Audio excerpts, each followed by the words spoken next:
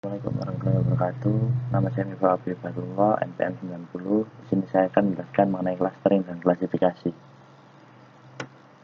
Definisi clustering dan klasifikasi yaitu clustering adalah algoritma pengelompokan sejumlah data atau N jadi kelompok-kelompok data tertentu atau sebuah cluster. Cluster bertujuan untuk mengelompokkan titik data yang berdekatan dan memisahkannya dengan kelompok-kelompok lain yang berjauhan dalam satu ruang. Clustering dilakukan secara unsupervised, artinya tidak ada contoh bagaimana seharusnya mengelompokkan titik tersebut. Dan domain dari sebuah fungsi clustering fx adalah sebuah himpunan titik data x sama dengan x1 sama dengan xi pada sebuah ruang, salah satunya adalah Rn. Contoh algoritma clustering adalah K-means. Dan klasifikasi. Classification memiliki tujuan untuk mengklasifikasikan suatu data ke dalam kelompok kelas yang sudah ada. Tidak akan ada pembentukan kelompok baru dan biasanya prosesnya supervised, dalam arti ada training yang dilakukan. Klasifikasi bertujuan untuk memetakan suatu titik data ke dalam satu kelas yang telah ditentukan sebelumnya.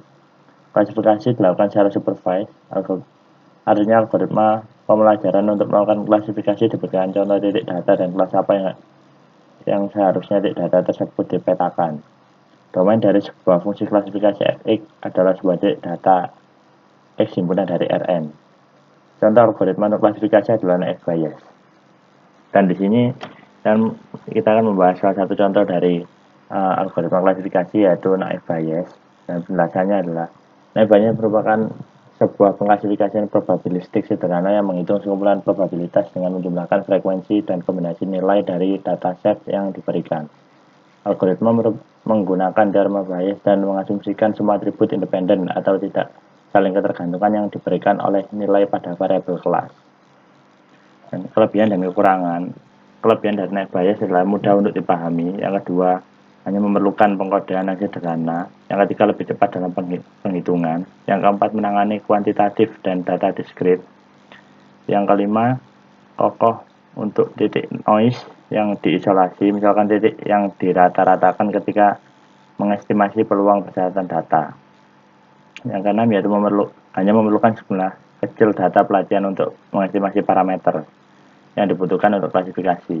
Yang ketujuh, menangani nilai yang hilang dan mengabaikan instansi selama penghitungan estimasi peluang.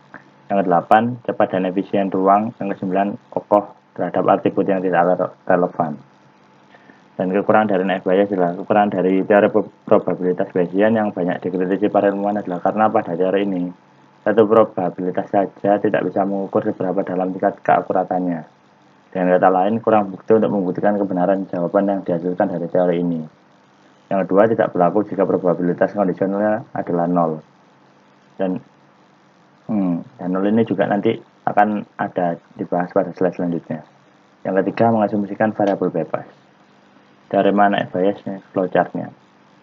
Flowchart yang pertama adalah membaca data training. Yang kedua, menghitung jumlah proses probabilitas, namun jika data numerik, maka akan menghitung nilai mean dan standar deviasi dari masing-masing parameter yang merupakan numerik. Ini adalah rumusnya dari standar deviasi, rumus dari mean, dan ini adalah rumus dari standar deviasi. Jika tidak, maka akan menghitung nilai probabilistik dengan cara menghitung jumlah data yang sesuai dari kategori yang sama. Ada mendapatkan nilai dalam tabel mean, standar deviasi, dan probabilitas dan menghasilkan suatu solusi.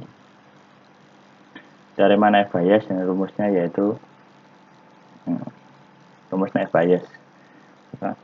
X adalah data dengan kelas yang belum diketahui. H adalah hipotesis data merupakan suatu kelas spesifik, dan PHX probabilitas hipotesis H berdasarkan kondisi X. PH probabilitas hipotesis H prior probabilitas. PXH probabilitas X berdasarkan kondisi pada hipotesis H. Dan PX probabilitas X. Nah, ini adalah Laplace correction yang dimana untuk menangani nilai probabilitas yang 0, maka jumlah datanya akan ditambahkan sejumlah 1 untuk seluruh data. dan akan dibagi dengan jumlah data yang sudah ditambahkan tadi. Nah, teori Manaev Bayes studi kasus. Nah, ini adalah terdapat data training yang dimana menghitung probabilitas penggunaan listrik berdasarkan data. Yang di tabel sebelah kanan sendiri adalah penggunaan listrik. Nah, itu adalah hasilnya, nanti ditentukan di situ.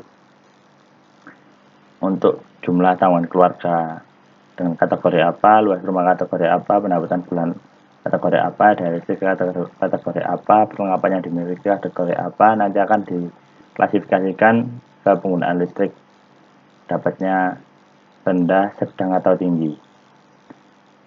Ini adalah datanya. Ini adalah datanya juga.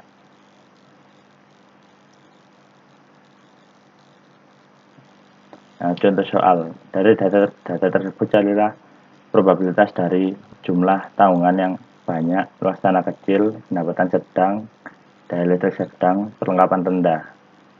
Dan di sini dihitung dari probabilitas setiap yang tadi jumlah tanggungan banyak, itu probabilitasnya berapa, luas tanah kecil probabilitasnya berapa, yang pendapatan sedang probabilitasnya berapa, daya listrik sedang probabilitasnya berapa, perlengkapan rendah probabilitasnya berapa terhadap penggunaan listrik yang rendah, sedang, dan tinggi. Dan di sini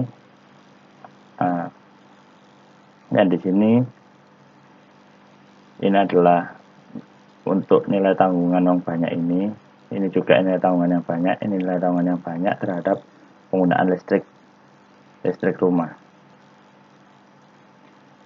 Lalu kita hitung semuanya, dikalikan dengan nilai probabilitas dari penggunaan listrik yang rendah, sedang, dan tinggi keseluruhan tadi dari jumlah data sebelumnya yang ini. Kita hitung semuanya, dan ditemukan hasilnya adalah ini.